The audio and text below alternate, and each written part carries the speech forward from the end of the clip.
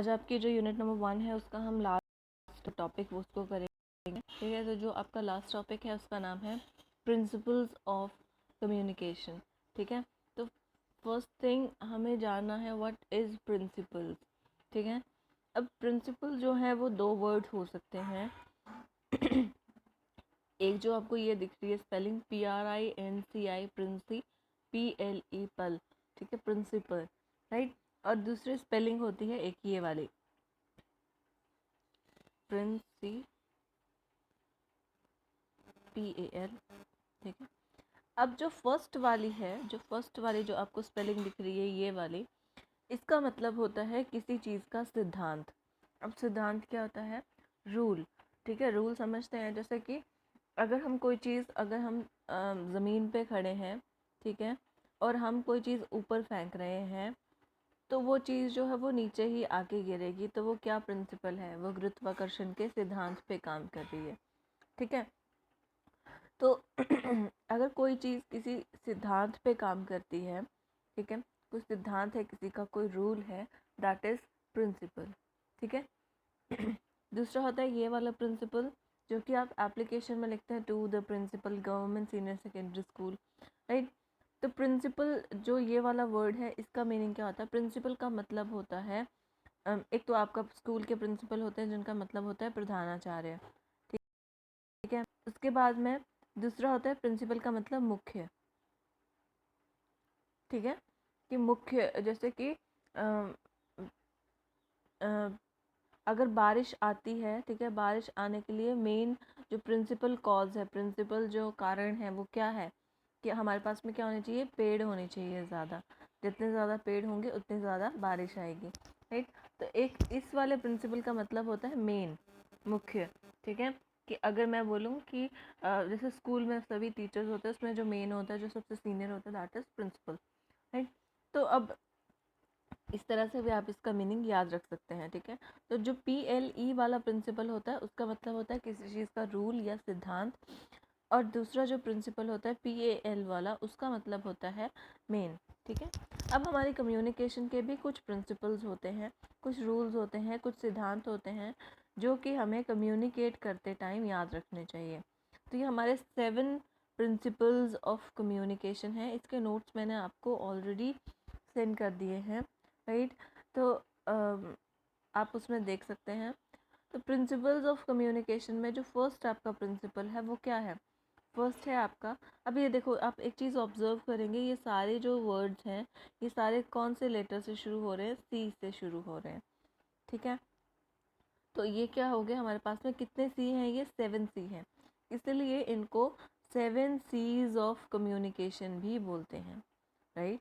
या तो इसको क्या बोल देंगे? प्रिंसिपल्स ऑफ कम्युनिकेशन, या फिर इसको बोल देंगे 7 C's ऑफ कम्युनिकेशन, राइट। अब फर्स्ट क्या है? फर्स्ट देखते हैं। फर्स्ट जो वर्ड है उसको देखते हैं। आप इसको जोड़ के पढ़ना सीखिए। COMP, कम्प, LETE, लीट, नेस, कंप्लीटनेस। अब प्रिंसिपल ऑफ कम्युनिकेशन में फर्स्ट जो इसका प्रिंसिपल है वो है कंप्लीटनेस। कंप्लीटनेस का मतलब होता है पूर्णता। अब हमारी जो कम्युनिकेशन है वो क्या होनी चाहिए? कंप्लीट होनी चाहिए, पूर्ण होनी चाहिए। मीन्स कि जब भी हम कोई मैसेज रिसीवर को सेंड करते हैं तो क्या होना चाहिए? उसमें वो जो मैसेज है वो कंप्लीट होना चाहिए, पूर्ण होना चाहिए। पूर्ण होने का मतलब क्या है? कि उसमें सारी इन्फॉर्मेशन होनी चाहिए जो कि रिसीवर के लिए इम्पॉर्टेंट है, ठीक है। फॉर एग्ज़ाम्पल, यहाँ पे एक टीचर है, ठीक है, और यहाँ पे एक स्टूडेंट है। अब ये टीचर जो है वो स्टूडेंट को बोलता है कि जाके फ़ाइल लेके आओ। अब इसने कोई ना कोई मैसेज तो दिया, बट क्या वो मैसेज कंप्लीट है? मीन्स उसे ये नहीं बताया कौन सी फ़ाइल लानी है, कहाँ से लानी है, कौन से टीचर के पास में मिलेगी, तो स्टूडेंट को पता ही नहीं चलेगा कि उसने करना क्या है। तो आप कभी भी किसी से, अब जैसे आपको एक और चीज़ बताती हूँ, आप लोग क्या करते हैं जनरली? आप लोग जब स्कूल में ही होते हैं और आप क्या करते हैं? आपको हाफ डे की एप्लीकेशन लिखते हैं आप लोग, आपको हाफ डे की लीव चाहिए होती है। तो आप क्या करते हैं? आप एप्लीकेशन वही लिख देते हैं जो आपको आती है। I am ill so I can not come to school, kindly grant me leave for half day, ठीक है। तो क्या वो कंप्लीट इन्फॉर्मेशन थी? नहीं, क्योंकि आप तो ऑलरेडी स्कूल में थे और आपने क्या लिखा, I can not come to school. ठीक है, उसके बाद में मान लिया कोई अगर इंस्पेक्शन पे आता है, कोई चेकिंग पे आता है, तो आपकी एप्लीकेशन से उसको कुछ भी पता नहीं चलेगा कि आप कहाँ गए, आपको क्या हुआ, राइट। तो आपको हमेशा, चाहे आप रिटन कम्युनिकेशन करें, चाहे आप ओरल कम्युनिकेशन करें, किसी भी प्रकार की कम्युनिकेशन करें, आपको आपका जो मैसेज है वो कंप्लीट होना चाहिए। मीन्स उसमें सारी इन्फॉर्मेशन होनी चाहिए जो कि सामने वाले पर्सन के लिए, जो रिसीवर के लिए इम्पॉर्टेंट है। लाइक अगर आपको शादी में जाना है, ठीक है, और आपको हाफ डे की लीव चाहिए, तो आपको वो तो आता नहीं है लिखने, और आप क्या करते हैं, आप लोग सीधा लिख देते हैं I am ill so I can not come to school, क्योंकि वो सबसे पहले एप्लीकेशन थी जो आपने याद की थी। उसके बाद आपने सीखना छोड़ दिया और आपने वही एप्लीकेशन को तोड़ मरोड़ के हाफ डे की जगह 1 डे लिख दिया, 1 डे की जगह 2 डे लिख दिया कभी, और वही एप्लीकेशन आप फॉरवर्ड कर देते हैं।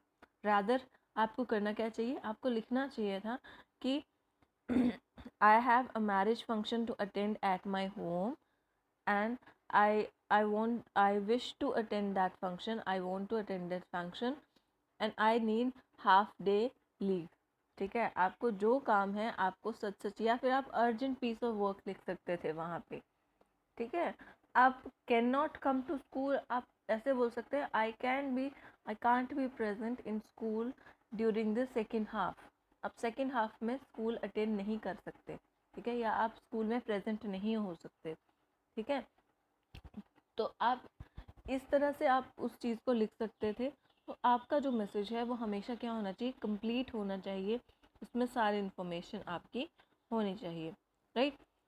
सेकंड आता है आपका कंसाइजनेस। देखो, CON कन, CISC साइज, नेस, कंसाइजनेस। कंसाइजनेस का एक्चुअल मीनिंग होता है संक्षिप्ति, ई भी होता है, ठीक है, बट आप लोगों की सहूलियत के लिए मैंने संक्षिप्त लिख दिया क्योंकि ये वर्ड आपने पढ़ा हुआ है पहले। ठीक है, संक्षिप्त क्या होता है, संक्षिप्त का मतलब होता है छोटा, शॉर्ट, छोटा। ठीक है, तो कंसाइज का मीनिंग क्या है, अब देखो आपका जो मैसेज है वो छोटा होना चाहिए, कंसाइज होना चाहिए, ताकि सामने वाले पर्सन को उसको याद रखने में दिक्कत ना हो।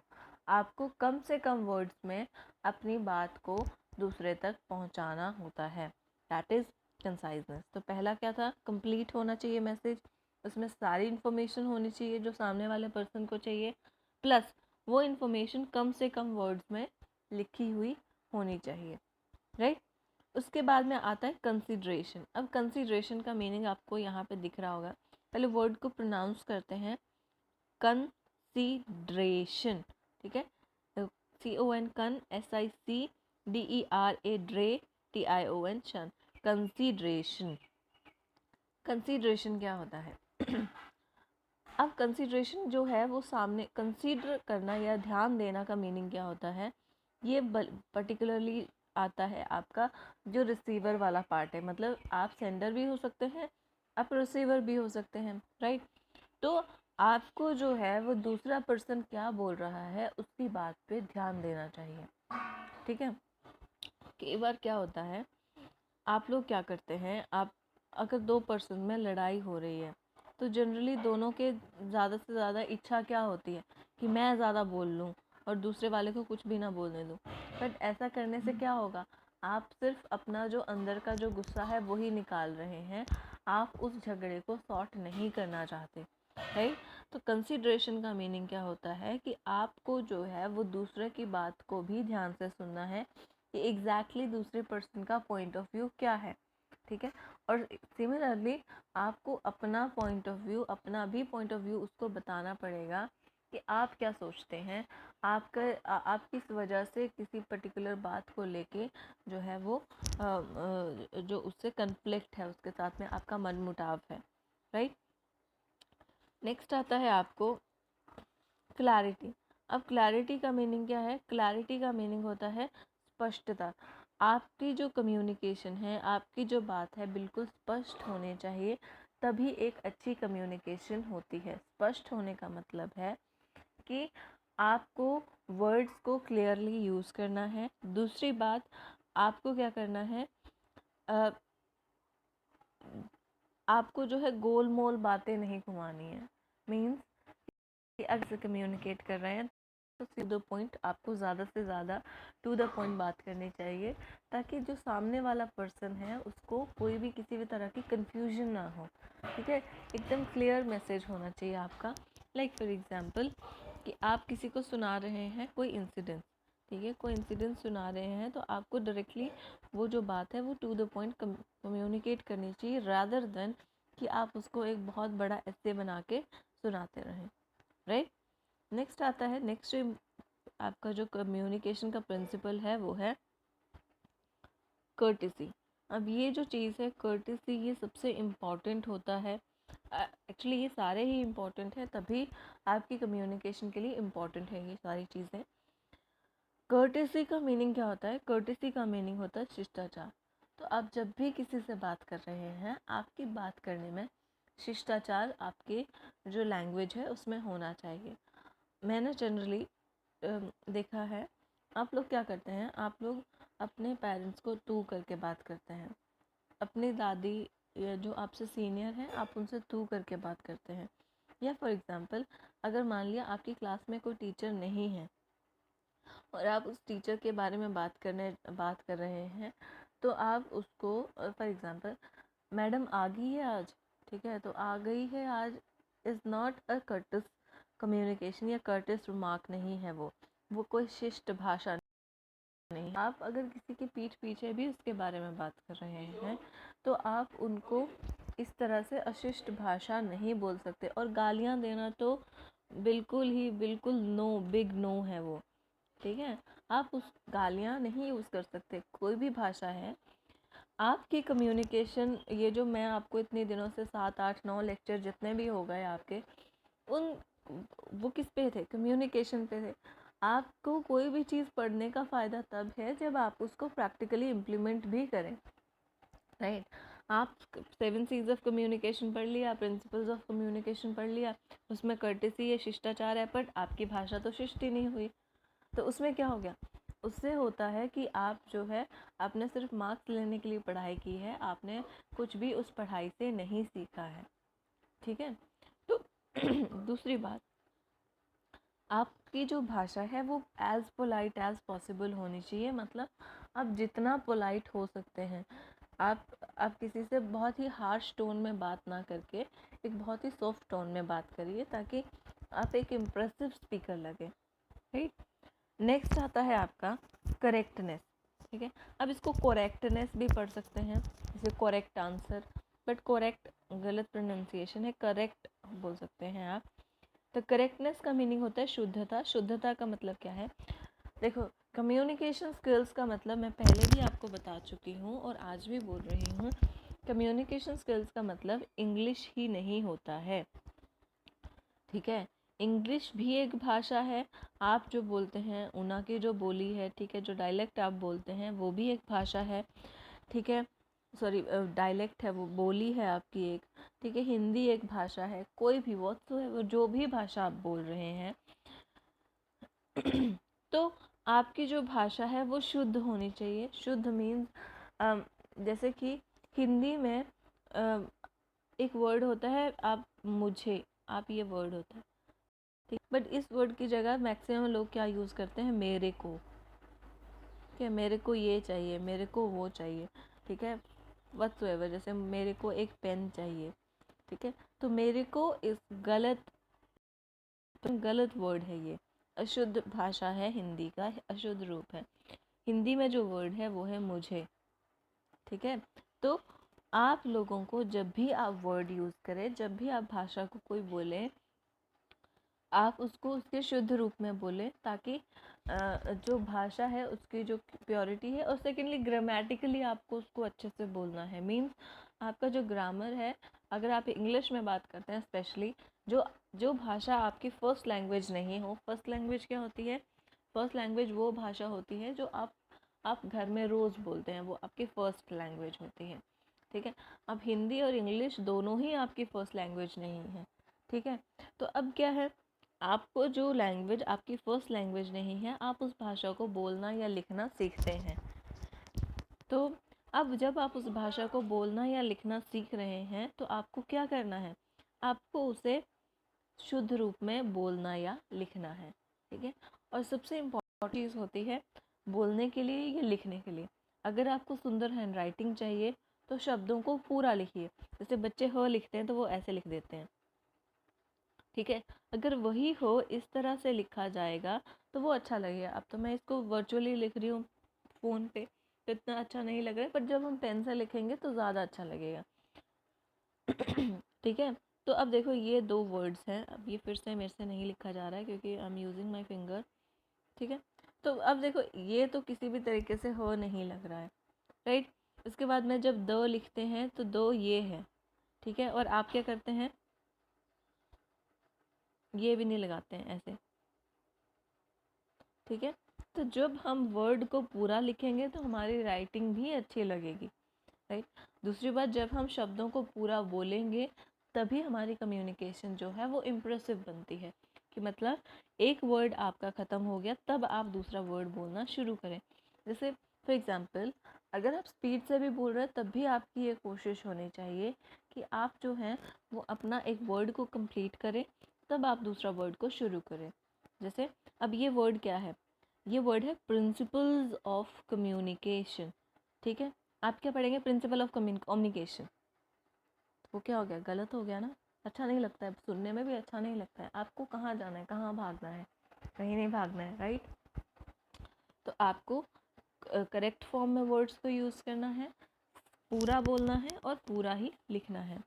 नेक्स्ट आता है कंक्रीटनेस। कंक्रीटनेस का मीनिंग क्या होता है, स्थूलता।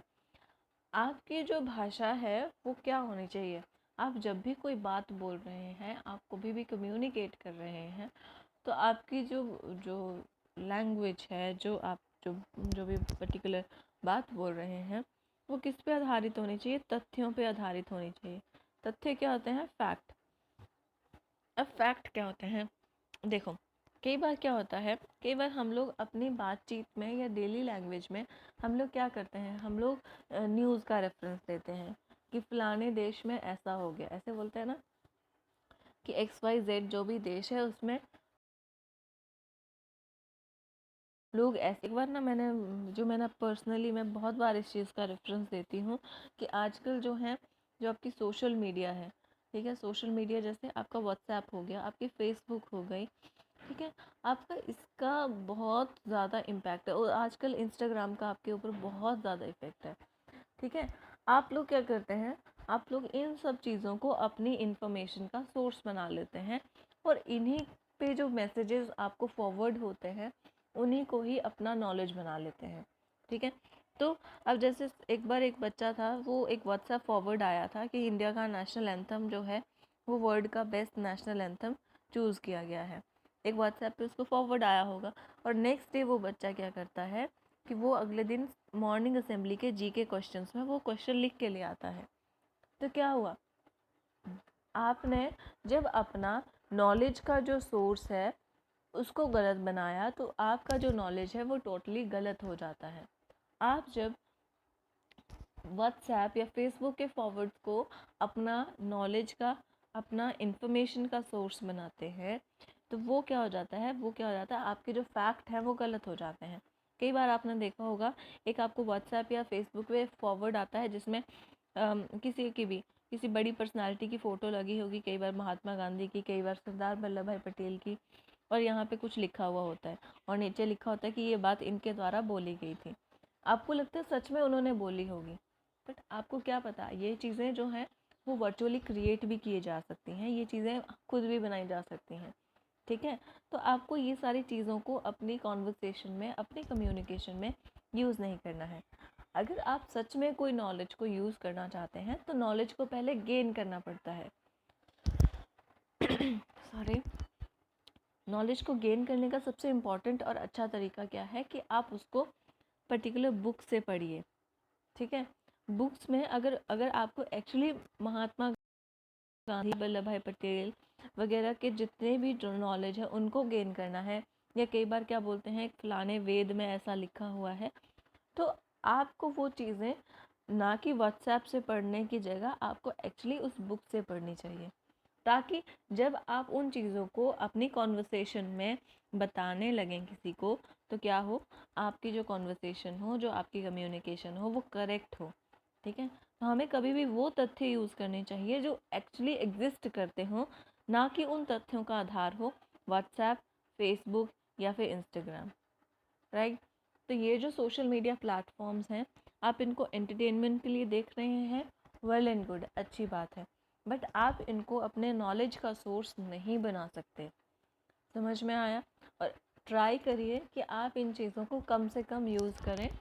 आपको समझ भी नहीं आता और आप ये चीज़ें आपके ब्रेन को बहुत ज़्यादा अफेक्ट कर देती हैं, आपको पता भी नहीं चलता, और आपकी जो थिंकिंग है वो ऑटोमेटिकली चेंज होनी शुरू हो जाती है। तो ट्राई करिए, स्पेशली जब आप घर में हैं, अपने दिमाग में अननेसेसरली चीज़ें भरने से अच्छा है आप यूज़फुल चीज़ें उसमें ऐड करिए, राइट। तो ये थे आपके 7 C's ऑफ कम्युनिकेशन। फर्स्ट था आपका कंप्लीटनेस, सेकंड था आपका कंसाइजनेस। एक बार मेरे पीछे पीछे एक बार आप बोलिएगा, ट्राई करना बोलने की। फर्स्ट है कंप्लीटनेस, ठीक है, क्या है, कंप्लीटनेस। सेकंड है आपका कंसाइजनेस, क्या है, थर्ड है कंसीडरेशन, कंसीडरेशन, ठीक है।